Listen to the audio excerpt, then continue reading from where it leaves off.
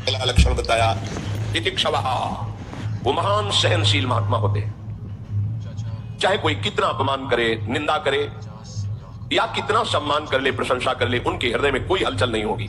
दोनों को सहना चाहिए। मान प्रतिष्ठा हर्ष में गर्व रूप हलचल होती है, अपमान निंदा तिरस्कार में शोक रूप हलचल होती है, पर महात्मा के हृदय में नहीं होगी। जो हृदयेश्वर प्रभु के चरणारविंद के चिंतन में निरंतर रत है, तो कोई बहुत सम्मान करे तो कोई फर्क नहीं पड़ता, अपमान करे तो कोई फर्क नहीं पड़ता। जो बहुमान करे को मेरो के बहुमानत ना ही बढ़ाई, और जो अपमान करे को के हूं के अपमान नहीं लगुताई। सेवक जी महाराज, यदि मान में हर्ष और गर्व हो रहा है, अपमान में शोक और दुख हो रहा है, साधक हो सकता है, अभी महात्मा नहीं होगा, अभी वो साधु नहीं होगा। साधु पदवी उसी के आगे लगती। तितिक्षवा, शरीर स्वस्थ है या अस्वस्थ है, परिस्थिति अनुकूल है या प्रतिकूल है, लोग निंदा है या लोग प्रशंसा है, कोई फर्क नहीं। वही गंभीर मुद्रा हर्ष में भगवत चिंतन परायण, ये साधु का पहला लक्षण है। सदगुरुदेव भगवान एक दिन कृपा करके कहा कि साधु वही जिसकी दिनचर्या में फर्क न पड़े। जिस मिनट, जिस सेकंड, जिस क्षण जो हो दिनचर्या गुरु ने दी है, वही दिनचर्या बहुत काल तक बिना बाधा के चलनी चाहिए। अगर शरीर ऐसी अवस्था में आ जाता है कि उठ ही नहीं पा रहे हैं, तो मन से वो दिनचर्या चलनी चाहिए। दिनचर्या में फर्क नहीं पड़ना चाहिए। और स्वयं केवल कहना ही नहीं, जब से गुरुदेव भगवान के दर्शन हुए तब से आज तक वही रहनी, वही दिनचर्या, वही रहनी, वही दिनचर्या। आप में स्वयं में बाहरी परिवर्तन नहीं, आपका स्वयं वही रहनी, वही दिनचर्या। अब ठीक कोई उत्सव हो तो अलग बात नहीं, आप टाइम मिला लीजिए, ठीक टाइम से आरती, ठीक टाइम से सेवा। अब तो सबके सामने करते, पहले तो किसी को दर्शन ही नहीं होने देते थे अपनी श्री जी के, अब तो कृपा करके बरस रहे हैं। प्रत्येक साधु की एक दिनचर्या। काशी में जब घाटों में थे तो कितने ऐसे महात्मा थे, वही हमारी घड़ी थे, जो आकर के नमः पार्वती पते हार हार महान, बस समझ 2 बज गए। कितने ऐसे महात्मा थे जो 2 बजे नित्य नियम से गंगा जी के समीप आ जाना, वही घड़ी थे, उन्हीं को देख के होता था कि अब 2 बज गए। कभी ऐसा नहीं विलंब, एक राइट टाइम। ये वही चल सकता है जो साधु है।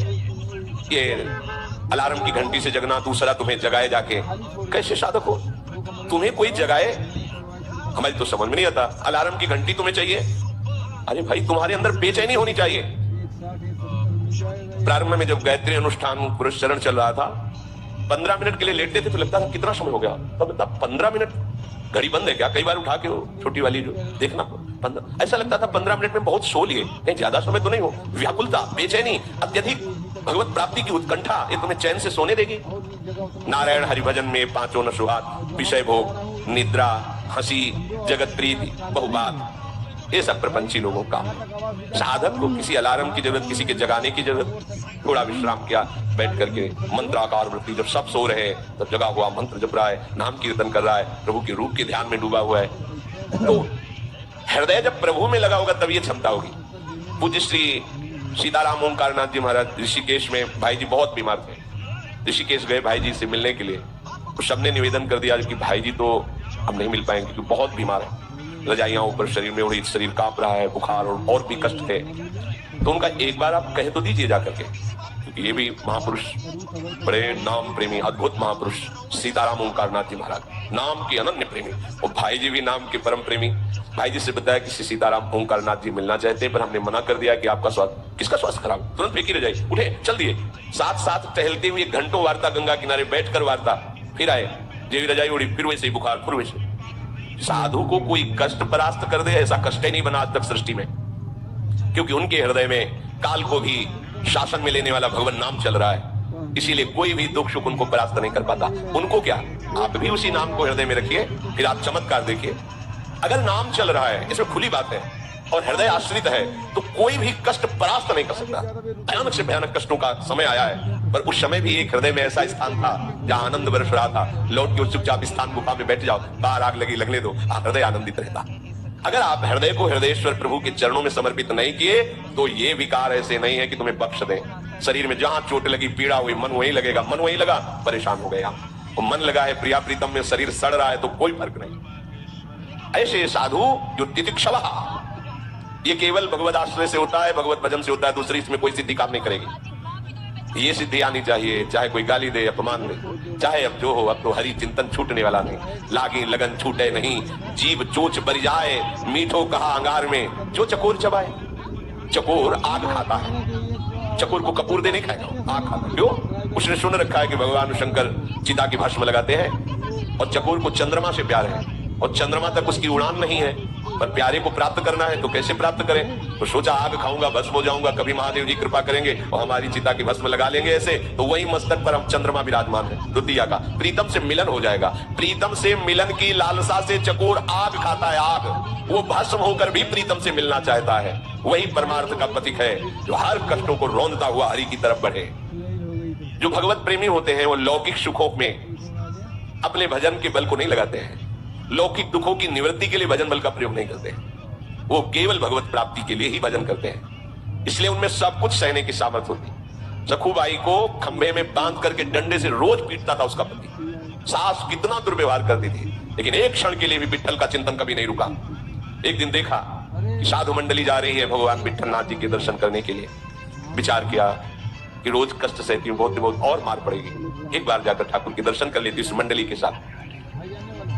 जो ही चली किसी ने बता दिया, फिर पकड़ के पिटाई हुई बांध दिया खंभे में, नहीं जाने दिया। कितना दुर्व्यवहार करते थे सखुबाई के साथ। वो कभी प्रभु से इसलिए नहीं रोई कि मुझे ऐसे परिवार में दे दिया आपने, नहीं। पति की सेवा, सास की सेवा, वो भोजन भी नहीं देती, मारती पीटती। अब तो खंभे में ही बांध दिया कि ये तो भाग जाएगी ठाकुर जी के पास। जानते हो विट्ठल स्वयं आ गए और सखुबाई से कहा तुम्हें जाने का मन है, तुम जाओ।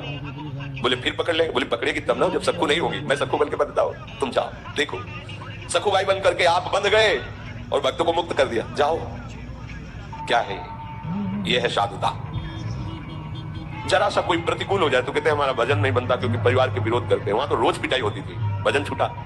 भागमती बाई, राजाओं का अधिकार था, कई रानी कर सकते हैं, तो नवीन रानी और दोनों में प्रीता, अब ये दूसरी रानी हो गई। और ये श्री नागरीदास जी महाराज जो बरसाने में रहते थे उनसे सत्संग करती, तो प्रिया प्रीतम के चरणों में प्रीति, संयम से रहते हुए हर समय राधा राधा।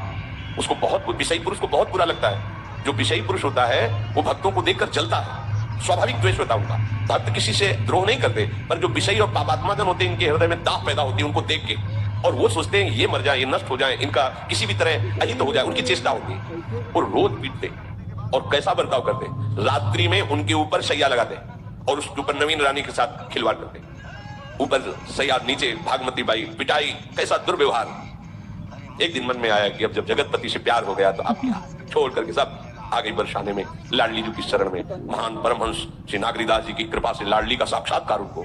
कैसा कष्ट सहा मीरा जी, कैसा कष्ट सहा रत्नावती जी का चरित्र, कैसा किसी भी महान भक्त का चरित्र। अगर आपके अंदर सहनशीलता नहीं है तो भगवत भक्ति कैसे कर पाएंगे आप? 4 लोग प्रणाम कर दिए तो फूल गए, कुछ लोग निंदा कर दिए तो रोने लगे, ऐसा नहीं। हरि सभा में तुम्हारी निंदा हो तो भी तुम्हें मुस्कुराना पड़ेगा, क्योंकि तुम्हारे भगवान तुम्हें पुष्ट करना चाहते हैं। अगर तुम थोड़ी बातों में, तो फिर बहुत बड़ा हमारा युद्ध है, छोटा मोटा युद्ध है। हर बात सहनी है, हर बात, और हर बात हंसते हुए सह सकते हो। एक ही उपाय है, प्रभु के चरणों का भरोसा और नाम जप। मान लीजिए इससे आप सब जगह जीत जाएंगे, सब जगह। तो तितिक्षवा और दूसरा कारुणिका, स्वभाव में करुणा होती। जैसे किसी से त्रुटि हो गई, समझा गया कि अपराध बन गया, अब उसके लिए दंड विधान किया जाता है। चलो आप इतने वर्ष हमारे समीप नहीं आओगे, दूर रहो। अब सबको लगता है कितने कठोर हैं कि इन्होंने दूर कर दिया। तुम पास हो उतना चिंतन नहीं होता जितना वो दूर है उसका चिंतन हो रहा है।